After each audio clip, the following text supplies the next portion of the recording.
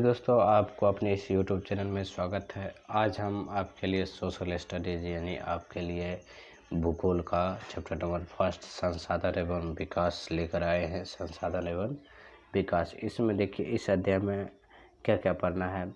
देखिए मेरे दोस्तों, अगर साइंस का नोट या साइंस का और इम्पोर्टेंट क्वेश्चन अगर देखना है तो आप प्ले लिस्ट में जाकर और क्लास 10th का बोर्ड लिखा होगा उसमें आप जाकर प्ले लिस्ट देख सकते हैं कि क्या क्या दिया है। करीब 4-5 लेक्चर दे चुके हैं।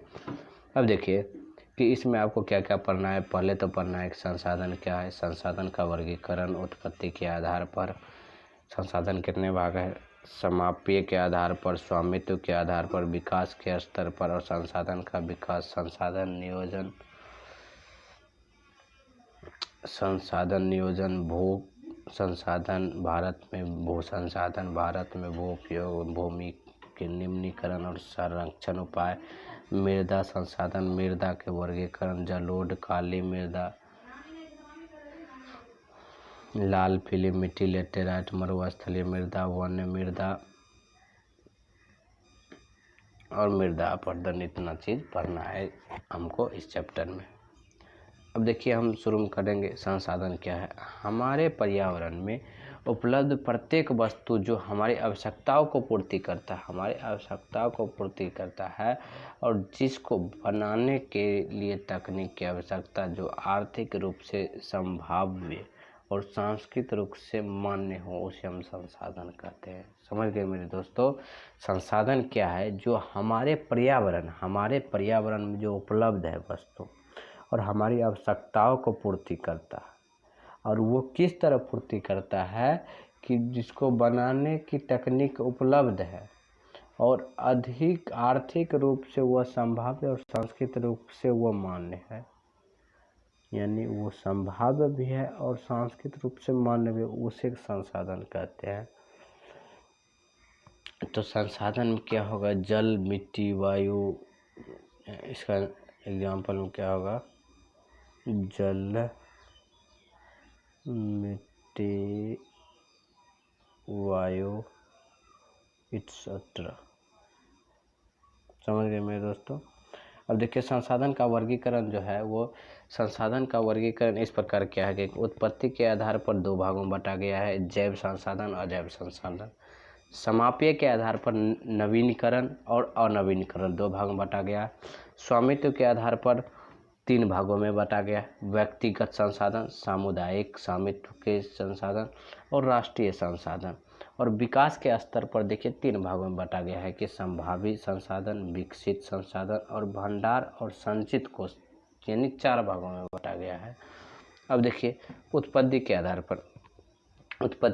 पर संसाधन, जैव संसाधन, यानी कि जिन संसाधनों की प्राप्ति जो है जीव मंडल में होती है, जिनमें कि जीवन व्याप होता है, जिनमें जीवन होता है, वो जैव संसाधन कहलाता है। जैसे कि मनुष्य, वनस्पति, प्राणी जात यानी मत्स्य जीव आदि, जो जिसमें कि जीवन उसी को जैव मंडल में प्राप्ति होते हैं।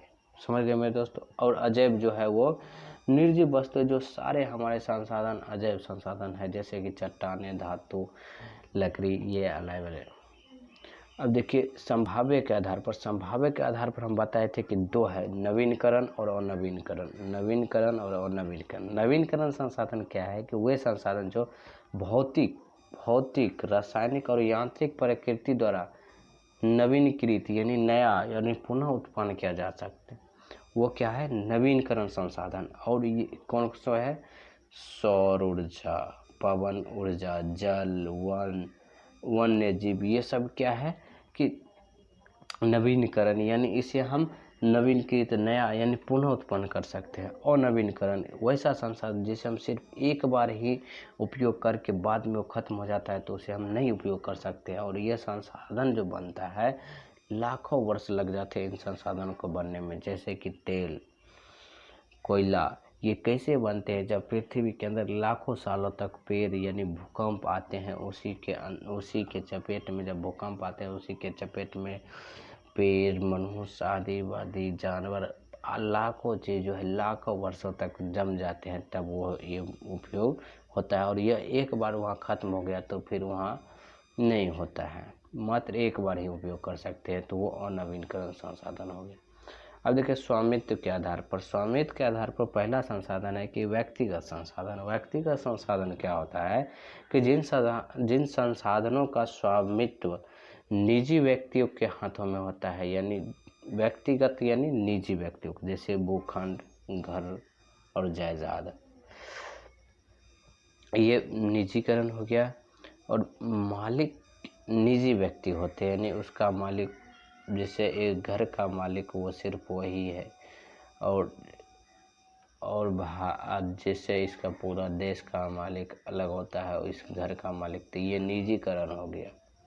और सामुदायिक जो हो गया उसका मालिक पूरे गांव का, यानी स्वामित्व समुदाय जो है वो सभी सदस्यों को उपलब्ध कराते हैं, जैसे सार्वजनिक पार्क, पिकनिक स्थल, खेल मैदान, ये जो है वो सामुदायिक यानी समाज के उस पर अधिकार होता है, पूरे समाज का अधिकार होता है, वो क्या है सामुदायिक। वो सार्वजनिक पार्क हो गया यानी फील्ड हो गया, यानी खेलने का मैदान हो गया, यानी कि वो जैसे कुआं हो गया, ये सामुदायिक है। राष्ट्रीय संसाधन क्या है कि देश में पाए जाने वाले सारे संसाधन राष्ट्रीय संसाधन, देश में जो पाया जाता है, जो पूरे देश में तकनीक राष्ट्र तौर पर संसाधन राष्ट्र होते हैं, तकनीक तौर पर सभी संसाधन होते हैं। जैसे देखिए अंतर्राष्ट्रीय संसाधन क्या होता है कि अंतर्राष्ट्रीय संसाधन तटरेखा से 200 किलोमीटर दूरी अपवर्जक आर्थिक क्षेत्र, यानी जिस पर कोई नहीं, आर्थिक क्षेत्र यानी उस पर कोई नहीं अपवर्ज किया जाता है, से पूरे खुले और महासागरीय संसाधन को अंतर्राष्ट्रीय संसाधन कहा जाता है। और इन संसाधनों को अंतर्राष्ट्रीय संस्थानों की सहमति के बिना उपयोग नहीं कर सकते हैं। जैसे कि आप तटरेखा से, यानी जब आप अपने राज्य से 200 किलोमीटर दूर देखिएगा कि छोटा रहता है, वो क्या है, वो अंतर्राष्ट्रीय संसाधन हो गया। और वो जैसे किसी देश के तटरेखा से 200 किलोमीटर दूर छोटा रहता है, उस पर आप अंतर्राष्ट्रीय संस्थान है जो एक सभी देश के बैठे होते हैं, और उसके बिना आप सहमति से उपयोग नहीं कर सकते हैं। अब देखिए विकास के स्तर पर संभावित संसाधन पहला है जो कहता है कि किसी प्रदेश में विद्यमान होते हैं परंतु इनका उपयोग नहीं किया जाता है। उदाहरण के तौर पर देखिए भारत के पश्चिमी भाग, राजस्थान, गुजरात और पवन सौर ऊर्जा जो है वो अपार संभावना